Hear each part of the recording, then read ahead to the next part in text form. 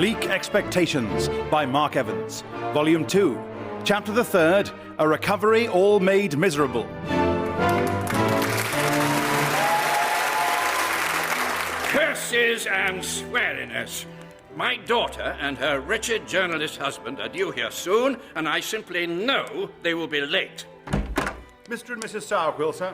But this is unheard of. You're early. And I see, dear Papa, that we catch you by surprise. Well, trouserless. But how are you early? Sourquil has lateness running through his veins like a Frenchman has pate and arrogance. Your daughter has given me a special portable time clock.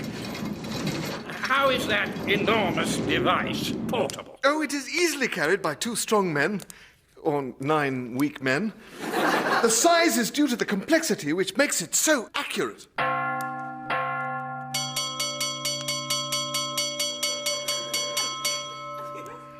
17 minutes past 2. My dear husband hasn't been late for 3 days now. Impossible.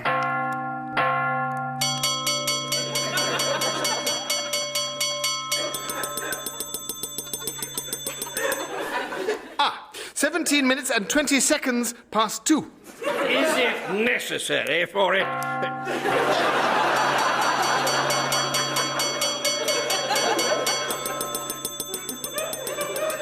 for it to be quite so precise? I could not be prompt if I did not know it was 17 and a half minutes past 2. And now, dear Papa, we have news.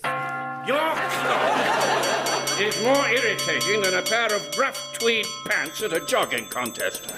Sourquil, destroy it. Yes, sir. I'm afraid it is rather robust, sir.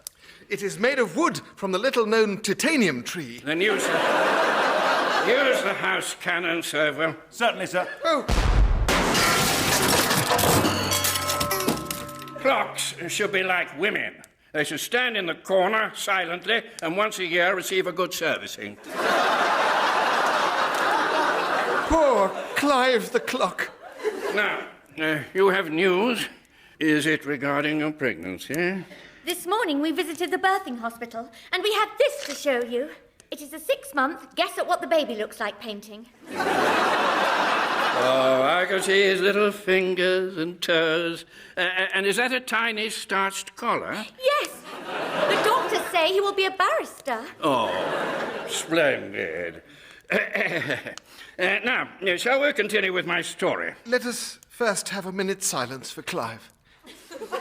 Although how will we time it without him?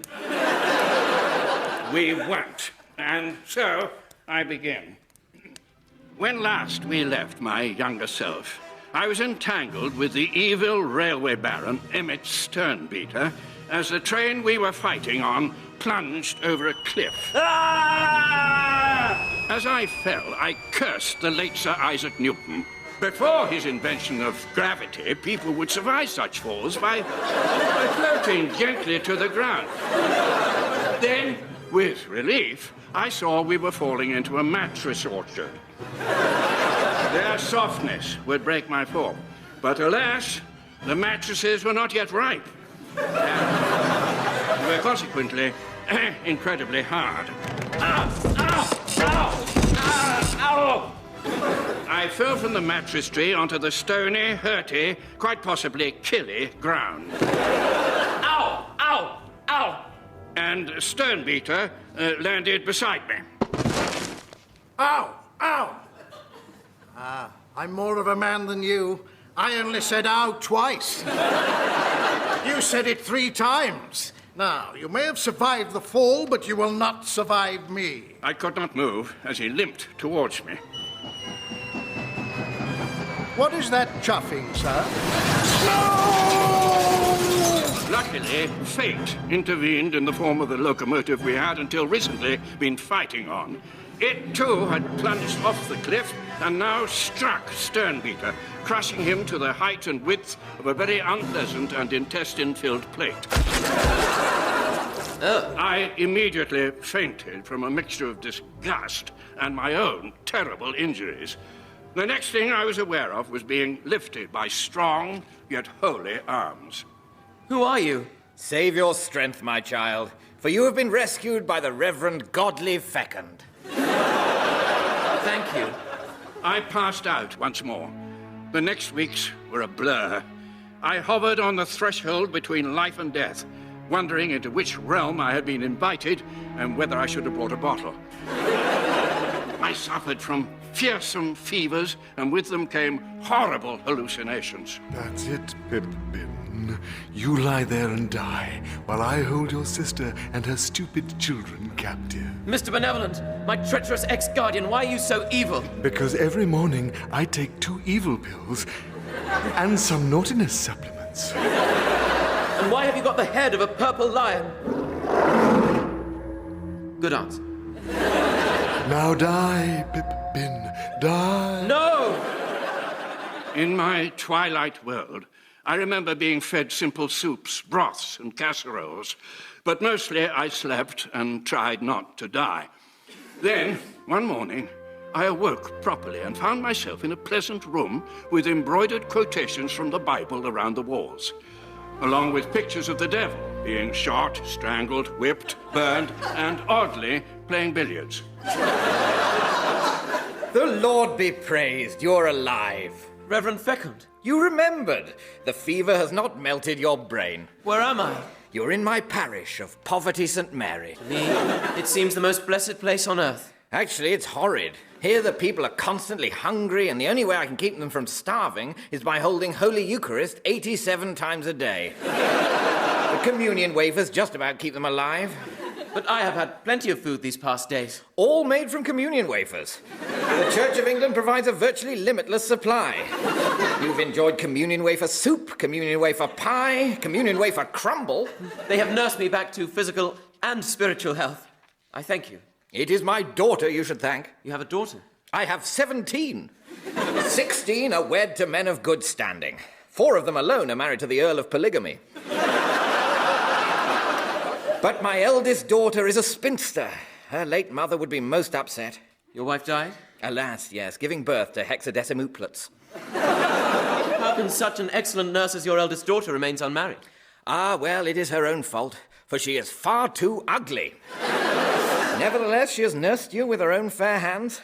Well, ugly hands. Her own blotchy, ugly hands. I should like to meet her and thank her. Step forward, daughter, but not too close, lest your repulsive features turn him to stone. Mr. Bin, this is my daughter, Miss Ripley Fecund. You are wearing a veil of thick Hessian. Oh, I would not assault the world with my lack of beauty. It cannot be that bad. Oh, it is. In her presence, farm animals would die. And their last cow or sheep or pig words would be ugly, ugly, ugly. Alas, I am a quite remarkable moose, though that is being unkind to the moose. Nevertheless, you have my thanks. Indeed, my beloved troll-faced daughter. You are owed the thanks of both the young men we've recently saved. There is another. Oh, would you like to meet him? I was as weak as a newborn kitten or an incredibly old cat. But the Reverend and his daughter helped me across the corridor and into another room, where I saw a familiar figure in a bed. Harry! Harry Biscuit! Pippin! Why, the very sight of you makes me warm to the ends of my ears. You know each other? This is my best friend, Harry. The last time I saw him, he had just eaten his way through a collapsed beef Wellington tunnel. How are you, Harry? I was terribly weak after digesting all that beef, but these kind people fed me up again. I've eaten so much communion wafer pie that I am now practically made of Jesus. The Catholic transubstantiation heresy! I mean, I'm now practically made of symbolic Jesus. That is far more Protestant. Come, Ripley. We shall leave these 2 friends to reacquaint themselves. Yes, Father. Besides, if I stayed, a draught might lift up my veil, and if they saw what an utter munter I am, their health would relapse, possibly unto death. They left us, and Harry and I eagerly caught up on our news of the past weeks. I've mostly been asleep and close to death. Yes, me too. Which didn't take long. Over the next few weeks, my respect for Miss Ripley Fecund grew daily as she nursed me, and indeed, with her wise counsel and strong soul, she became a sort of sister to me. Soon, however, we were strong enough to leave. I wish we could repay your kindness before we go. But we must search for my wife Pippa and my children, who are Pip's nephews, as Pippa is his sister as well as my wife.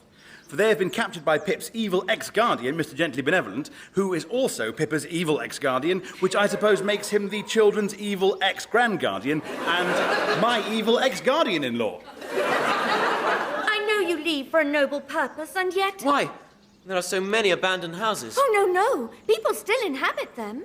The windows are all boarded up. To avoid the notorious window tax. With no windows, you cannot be taxed. But the doors are bricked up as well. Oh, to avoid door tax, most people have bricked themselves in.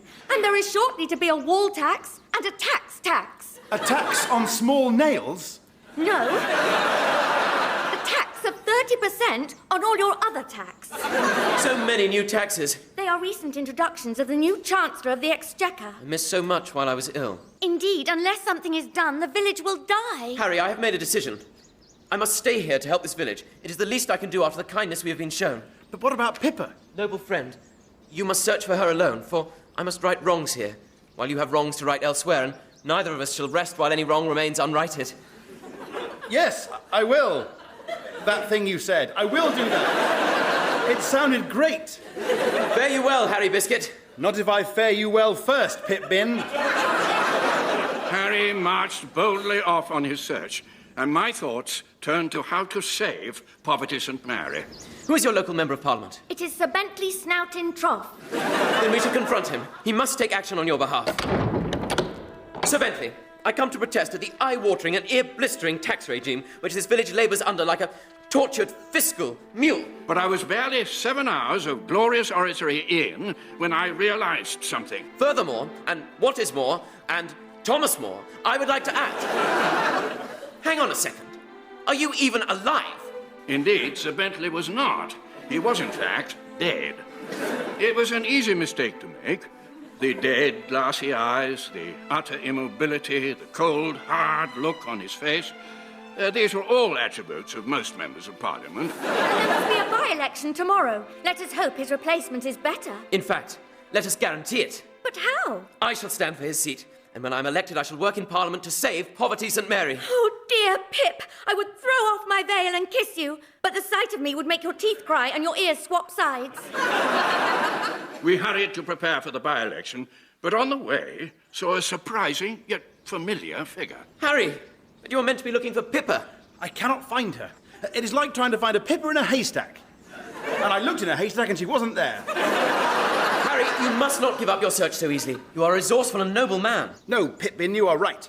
I shall develop a special system to locate her. And once I have located her, I shall surely find her. Harry marched bravely off again like a determined badger searching for his kidnapped badger wife.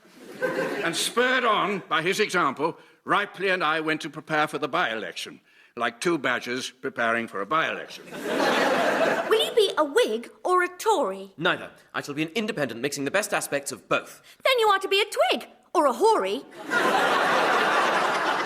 No, Twig is better. Now, I have a copy of the electoral roll so we can find out whose votes we must court. Do you know a Mr. Burt Gone? Alas, he is dead. Oh, how sad. Just cross him off. Do you know a Mr. Alf Snuffed It? Alas, he too is dead. Mr. Nathan Stuck in Coffin? Almost every voter was dead from poverty and disease. Indeed, there was only one left alive. And the only person whose vote we need is your father, the Reverend Fecund. Oh, wonderful. Why, here he is now, returned from hunting heathens. Ah, dear Mr. Bin. Is that the winner of Britain's most misshapen goat competition you have with you? Oh, no, it is my daughter. Any luck hunting heathens, Father? Alas, no. I did catch a Methodist in one of my snares, but he gnawed his own leg off to escape. Reverend, I need your vote to become a Member of Parliament. Then you shall have it. Then the election is in the bag. As is my daughter's head, due to her hideous ugliness.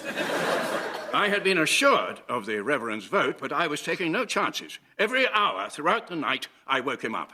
What is it? Just wondering, can I still count on your vote? Of course. I accompanied him to the polling booth. Don't forget to vote for me. I won't. And then nervously waited outside. There, it is done. You voted for me?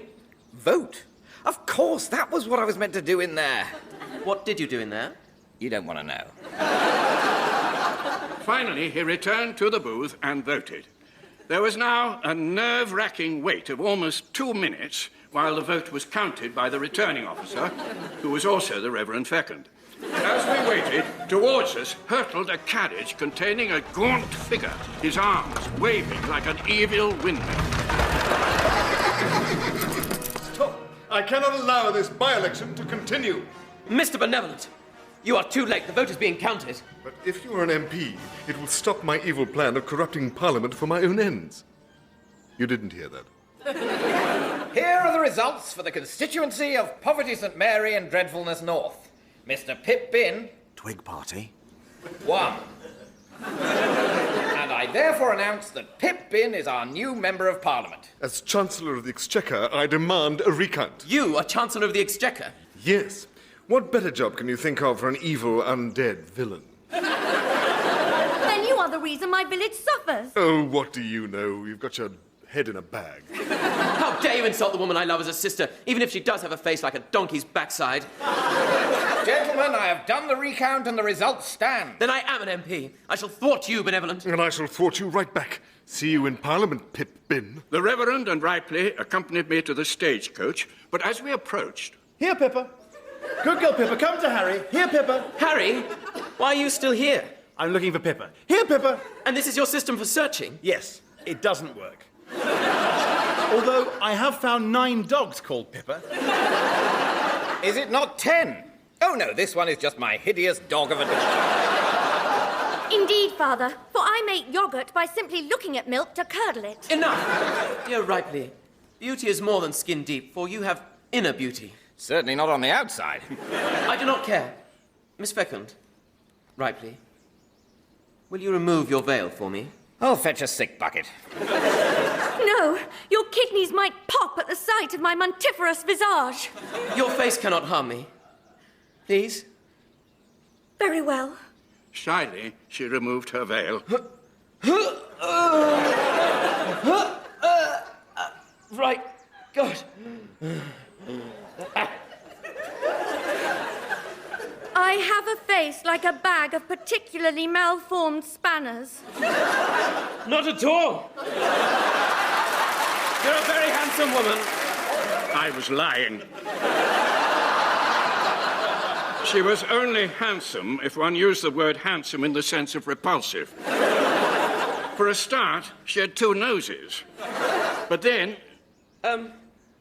May I touch your second nose? No, touch me not. I ignored her and reached out my fingers. And as I tugged at it, it came away in my hand. Why, this second nose is made of pastry. It is not a nose. It is a vol au vent. And your forehead ear. It is merely a piece of ham coincidentally looking like an ear. I'll have those. I'm a little peckish. Let me pull them away. Ripley, you are not ugly. You are beautiful. But how did this happen? It is all my fault. What do you mean, Papa? In happier times, we gave great fetes and parties. At one such occasion, when you were 3 years old, you were running with childish eagerness, and you tripped and fell headfirst into the buffet. That is how this food became part of my face? But why did you not remove it? I asked God, and he said, don't. He then went on to say, after all, your wife is dead, and you are a man who cannot cook or clean or sew. Without someone to look after you, you might die of hunger or mess, or of not having something sewn on properly. If your daughter is ugly, she will never marry, and she will stay with you forever. God said all that? Yup. But now, I am not ugly, and so I might marry. Alas, you may now be beautiful, but you are far past marrying age, for you are nearly 22. Ripley, Yes? I wish to propose Oh, my blood runs hot with newly found passion. that you write to me while I am gone. It will help fill your spinsterish hours. Yes, the long, loveless hours as my body desiccates will pass delightfully with some letter writing. Now, to London, Harry. Poor Ripley. To think she was ugly all those years, and only now, deep into middle age, to discover that it was merely buffet scarring, and that she was actually a bit of a cracker. I missed her, as one might miss a sister. I missed her sisterly laugh, her sisterly wisdom, and her curvaceous and yet sisterly body. I yearned to press my brotherly lips on her sisterly mouth until the sight of Parliament drove all other thoughts from my head. Parliament. It was a dark and foreboding place. The corridors were lit with the burning bodies of traitors and French people. And twice hourly, a dozen peasants were admitted to the building for a good kicking to remind them of their humble position in society. Worse, we had arrived on a Thursday, which was scary organ night. Harry, you must continue your search for Pippa. Actually, I have a better idea, for I have decided to invent a Pippa detector. How will that work? It will detect Pippa. Right. Leaving Harry inventing his heart out, I entered the chamber for the first time, ready to battle for poverty St. Mary. But my first setback came almost immediately. The House will come to order for the Speaker, the Right Honourable Jedrington Sternbeater. Another Sternbeater brother. Was there no end to this family who were my worst enemies after Mr. Benevolent? I call upon the new member for Poverty St. Mary and Dreadfulness North, Pippa, who incidentally has killed 2 of my brothers and 6 of my cousins. Thank you. I want to... And that's lunch. We returned from lunch and I tried again. I would like to... Post-lunch snack time. Parliament was organised around a complex system of breaks and intervals. The day started at 9 and then stopped almost immediately for a tea and brandy break. This was followed by a cake and brandy break, a sandwich and brandy break, a plain brandy break, and then 11s. When people say that politicians are drunk on power, they are wrong. They are drunk on brandy. The only person who ever got anything done was Mr. Benevolent, who proposed bills in the tiny fractions of time between breaks by speaking incredibly quickly. Honourable members, I would like to propose...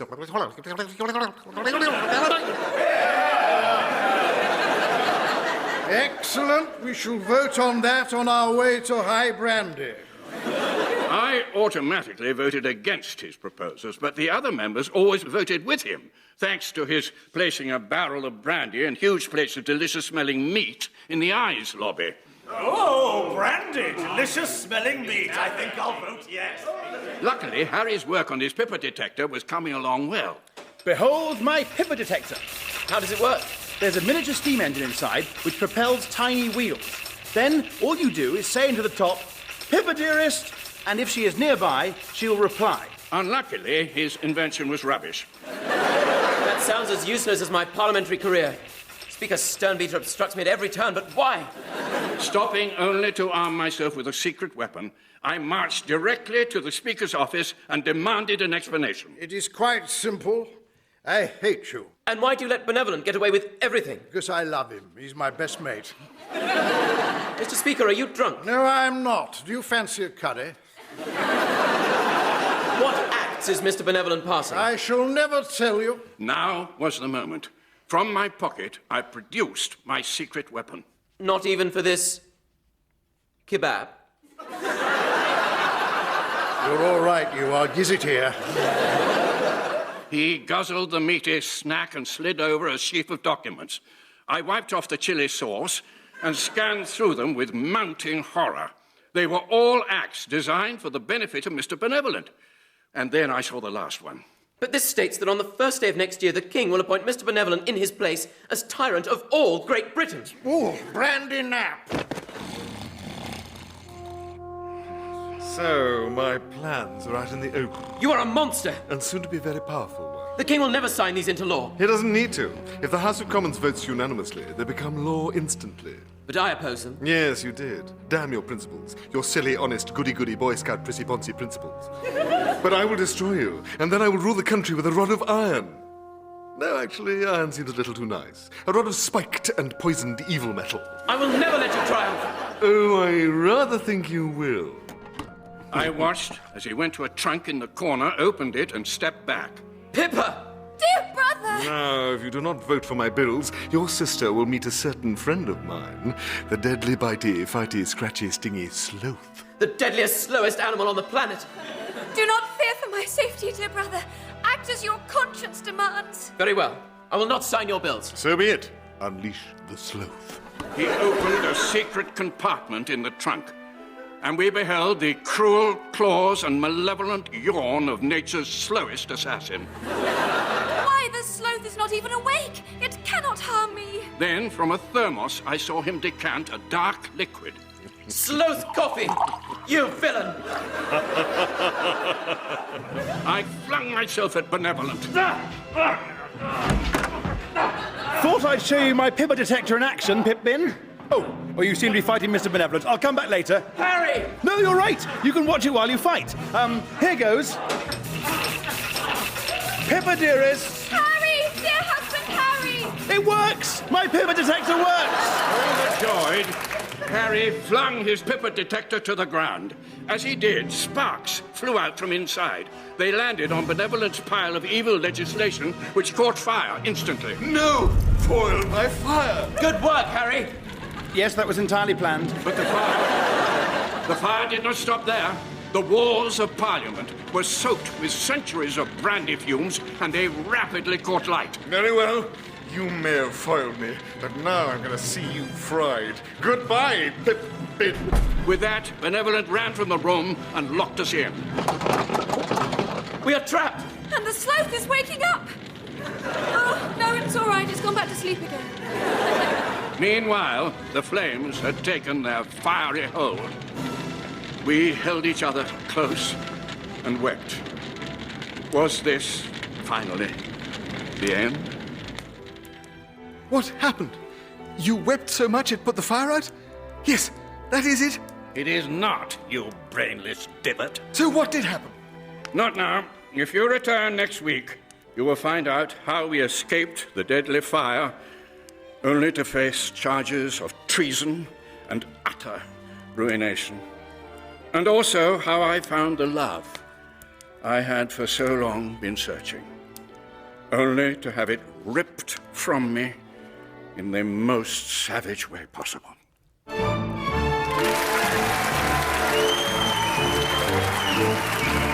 Bleak Expectations was written by Mark Evans and starred Richard Johnson as Sir Philip Bin, Tom Allen as young Pip, Anthony Head as Mr. Benevolent, Geoffrey Whitehead as Sternbeater, Susie Kane as Pippa, Sarah Hadland as Lily, James Barkman as Harry Biscuit, David Mitchell as the Reverend Fecund, and Mark Evans as sundry gentlemen and members of Parliament. It was produced by Gareth Edwards.